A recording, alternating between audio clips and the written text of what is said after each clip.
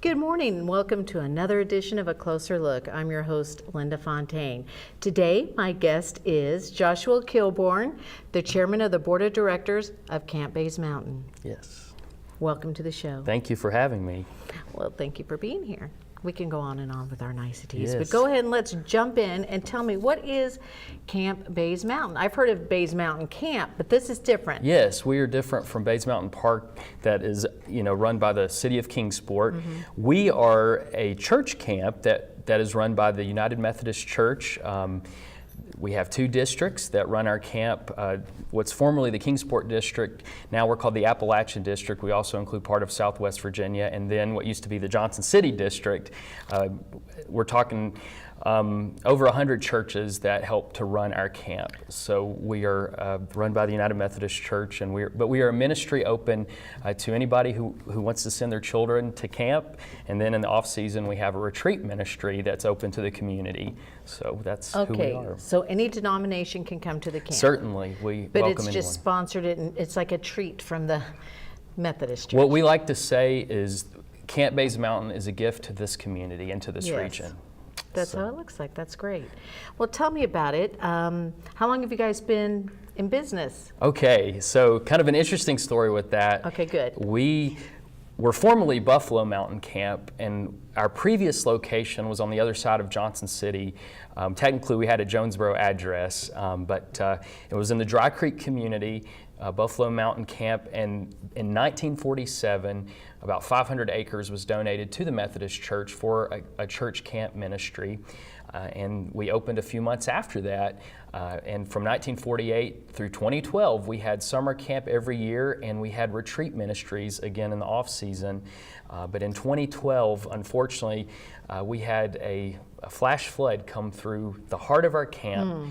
And so we had to close to figure out what we were going to do. And we've spent the last 5 to 6 years very prayerful, trying to discern, can we rebuild at Buffalo Mountain? About halfway through this process, we discerned that wouldn't be possible, that we needed to relocate.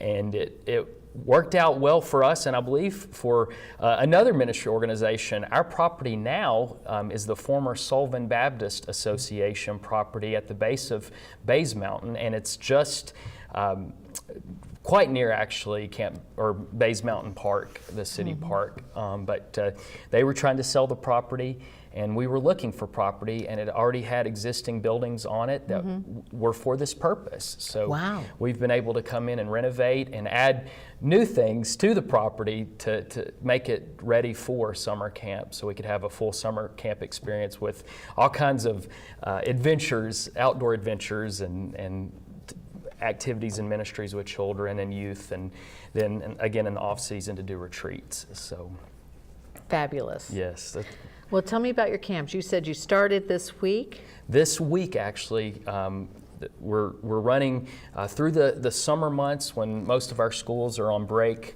June and July, with the exception of the week of the 4th. We do take the week off on the week of the 4th, but we have programming for rising first graders all the way through 12th graders. So it's quite a range. You've got elementary age, junior and senior high that can come and be in a safe place and enjoy the beauty of this world, and then be loved on, and just be able to be a kid away from all the distractions. And it's just, again, we see it as a gift to the community. And I do have experience in camping ministry, and so it means a lot to me to be a part of this and to be the chair of our board and to have seen this journey. And finally now, it's such a joy that we're open. Oh, We're good. Fully open, yes. Hallelujah. Exactly. So is this just a day camp, or do you have overnight camp too? We have both. We have, for our youngest campers, they can start coming to day camp. And then we also have a transitional camp, a half-week camp, where they can come Sunday through Tuesday or Wednesday through Friday.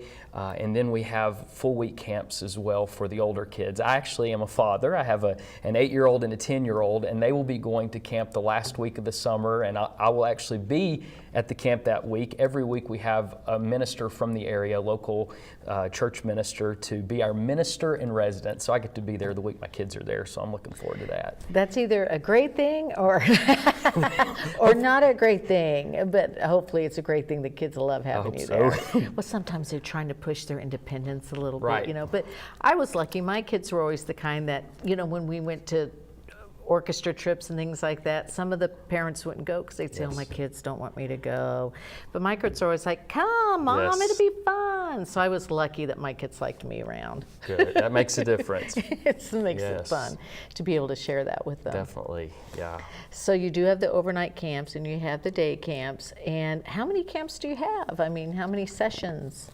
We have 7 weeks of camp, and each week 4 or 5 groups of campers. We are very blessed with a wonderful staff. We have our executive director, Jeff Wadley, who has worked through much of this process with this discernment and then the development, fundraising, all those things. And we have a program director, Lauren Roper, and she's in charge of the actual programming. But then we have counselors, support staff, kitchen staff, adventure staff. We even have a nurse that's there on site throughout the week, and so we're just blessed. Our staff too, they're well trained, and one of the things that we pride ourselves, we're a part of another organization, the Holston Conference of the United Methodist Church is over 800 churches, and we have 5 camps in operation. And we always seek to be accredited through the American Camping Association. So we require our staff to go through intense training to prepare, because we want the camp to be a safe place for the children so that they can fully enjoy it and parents can have peace of mind. And that's very important to us. And as a parent, I'm so grateful for that. And, you know, Oh, yeah. So, but yeah, we have, like I said, 7 weeks of camp, and then when we're done with camp, you know, we hope that folks from the community will use our site for picnics, retreats, corporate meetings, training great. sessions, anything. You know, currently we have 2 structures. We have a dining hall that it's great for a meeting hall too, where tables can be set up. It's very versatile, and state-of-the-art commercial kitchen to be able to prepare meals for banquets. And of course, during summer camp, it's, you know, that whole building becomes a mess hall. But we have our retreat lodge as well that will sleep 48. And that, you know, it's for camping, so it's bunks. But we have money already raised to begin building a cabin as soon as summer camp ends as well. Maybe 2 cabins. Wow. So. Well, walk me through a typical day. Okay. So the day begins, and we offer the meals in the dining hall. So there'll be breakfast, and every day And that starts at what time? That's somewhere around 8 o'clock. Okay, so the campers come around 8 Yes. o'clock and have breakfast. We have shower facilities in the retreat lodge, which is really nice. At our former camp, we had, you know, a separate bathhouse, so it's very nice. We feel like we've moved into camping ministry in the 21st century now, where they can, you know, have the bathrooms there in the retreat lodge. Okay, so you're walking me through an overnight stay camp. Yes. Okay, Yeah. all right, here we go. So they would get ready, come to breakfast, and then we have what's called morning watch, which is a little time of worship and just a way to set the tone for the day and get the children and the staff with the right focus. We are a church camp, so you know, that's at the heart of who we are. And then the different groups will go to different activities, whether it's climbing at the climbing tower or swimming at the pool. We have a beautiful craft cabin that's been built.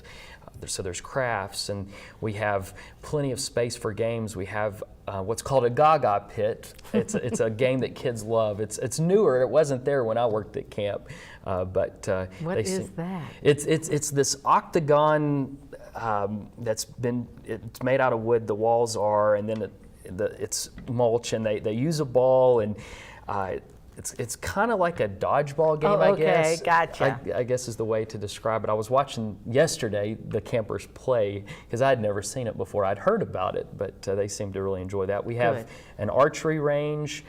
We have what's called a challenge course. It's really for group building and teamwork, and We have 2 miles of trails currently, and we're working on connecting our trail system with Bays Mountain Park trails on the top of the mountain, because our property runs all the way up the mountain. So right. that's a goal on down the line.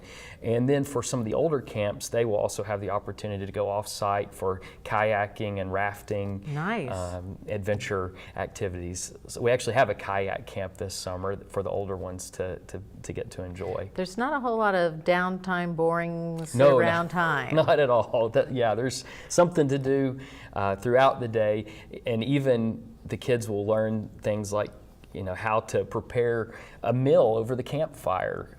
So, of course, roasting marshmallows and making s'mores, we know about that, but we call them hobo packs and different things they can make at the fire. Put their meat and potatoes and everything in the Yes. foil and cook it in the Actually, fire. the older kids get to do more of that. They will be staying in kind of a more rustic setting, more of an open air cabin, and they will cook at least one of their meals a day, sometimes 2 meals a day over the campfire. But the younger campers, overnight campers, usually just do one a week. But it's still that experience, and they get to experience that and they love it. So that's great. Oh, that sounds wonderful. Boy, this sounds like a great camp. I wish it was around when my kids were younger.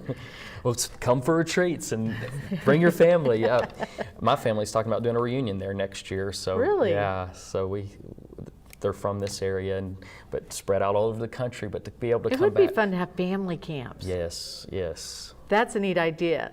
Well, we're going to take a little brack, or how about instead of a brack, I think we're going to take a little break. That sounds like a better idea to me. And we'll be right back and learn more about this really cool camp Yeah. in just a minute.